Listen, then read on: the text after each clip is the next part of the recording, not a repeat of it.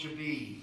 And Daddy said, he said, you can lay down your life now at your age, at 6, I think I was, or at 16, or 26, or 86. It doesn't make any difference. These are the happier people. He didn't say the happiest. He said, you'll go through vicissitudes. There are all kinds of things that set you backwards. You feel you can't do it. But you're happier than the people who have not laid down their lives. And so go ahead. Don't be afraid of it. Just lay down your life and do it what you want to do. And don't talk about it. Don't tell anybody. I lied when the faculty said, write down, which is a good question, what occupation you want to take in life. And I lied in my teeth. I said, I wanted to be a jeweler. So my grade came back C. Why don't you tell the truth? Because I never got off the school auditorium stage. Now, I have finished the story. Okay, I'm going to go to the second question. You may go to the second And question. that was, this was such a successful first performance for you, but you I won the election. You said that, indeed, you can learn more from a failure than a success, and I'd love to hear you talk a bit about what you mean by that. Oh, well, nobody much minded. I won by a landslide, I forgot to tell you. And nobody much minded whether the minutes were accurate or not, as long as they were, as long as they were entertaining. So I exaggerated completely what went on in the school meeting. Now, please, do me a favor and ask that question. I will. You've said that a performer can learn more from a failure than a success. And I'm interested, and I'm sure the audience is interested in hearing your thoughts on that. Why a failure can teach a performer more than a successful performance. Oh, well, that's it. See, I had that first success. So that carried me through a lot. No malice. Just everything is amusing and funny. Don't talk about the devil or anything, you know. So I think that's the only reason I said that. I don't remember saying it taught you, but I guess it does. Why did it fail? I didn't say to I know why. Because I found out the key, there is a spine to every play. There's a spine to every movie, every book, every piece of music. There's a spine to it. What is it that what is the spine that when you read other people's spines? Thornton Wilder, one of our 6 greatest playwrights, you know, I find that I'm facing this way, and could I move upstage? Are you aware that you're upstaging me? That's why my mic dropped. I think the gods are conspiring against me. Against you? So we want to move you up. Well, shouldn't we move you down? No, move you up. Yes. Like that. See, they see you all the time. Actually, I put some in the audience. Now, you're upstage again, you see. No, you got to go down to there. Then now we don't. How about just like that? I'll fix it. I'll let you design it. Yes, I know you I'll push it, and you direct me. I know you're totally innocent. You didn't realize that you're upstaging me. You see, there we are. That should do it. Do you think so? I hope so. I'm watching for a few people over there. No, you won't. That's what people think until you have your first failure.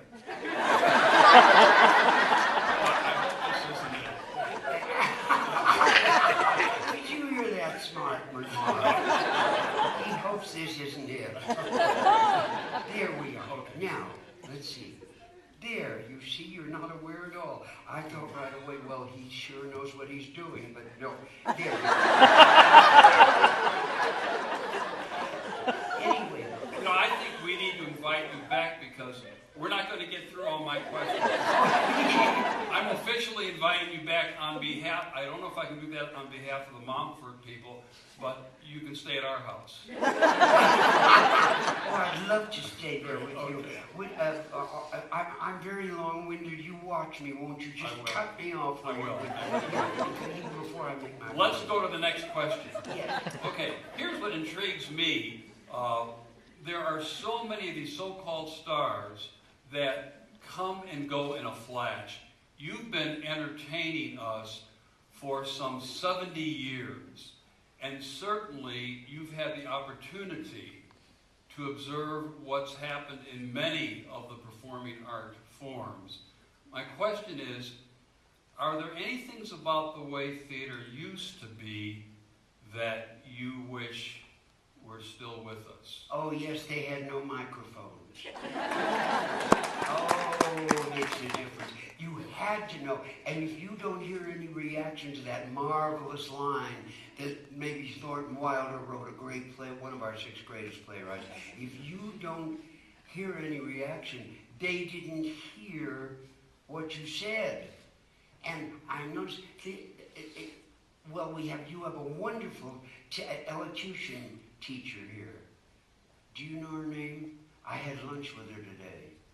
Wendy. Oh, Wendy Ishii. And what?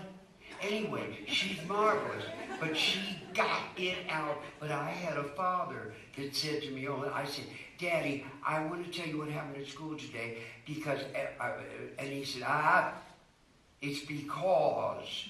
And I said, but Daddy, everybody says because. Not you. That's what he answered. You don't say that. And boy, that lasted all my life. Because if you lose your laugh, it's most likely they didn't hear what you said. They just don't know. Now you've got to hear every word of it.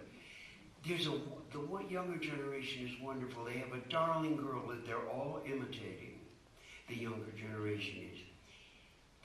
Me too, I'm so glad I'm Yankee words or that. Goes like that.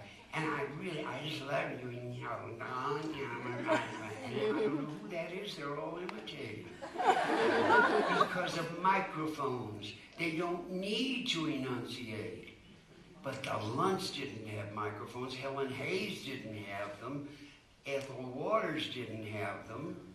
And boy, they got out there and they took the whole, right to the 3rd balcony.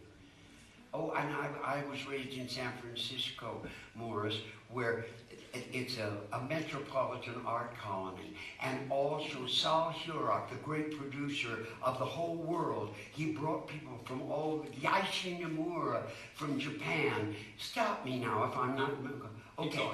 La Argentina from Spain, Trudy Shoup from Germany, every country there is, Anya Enters from Paris, and he brought them all to San Francisco, and I got an allowance of 50 cents a week, and I got to see every one of them. If I waited for the 50 cents to mount up to $2.50 it was in the 2nd row on the just off the center aisle. And I got, I don't know, I want to hear your question. There's so much I want to tell you. It's so exciting to be with you, and you grab it so. It's so wonderful, you people at CSU. That's a super answer. Oh, what's the answer? Microphone. The invention of microphones set the vocal ability of the actor back God knows how many years. And yet make it sound perfectly natural to them.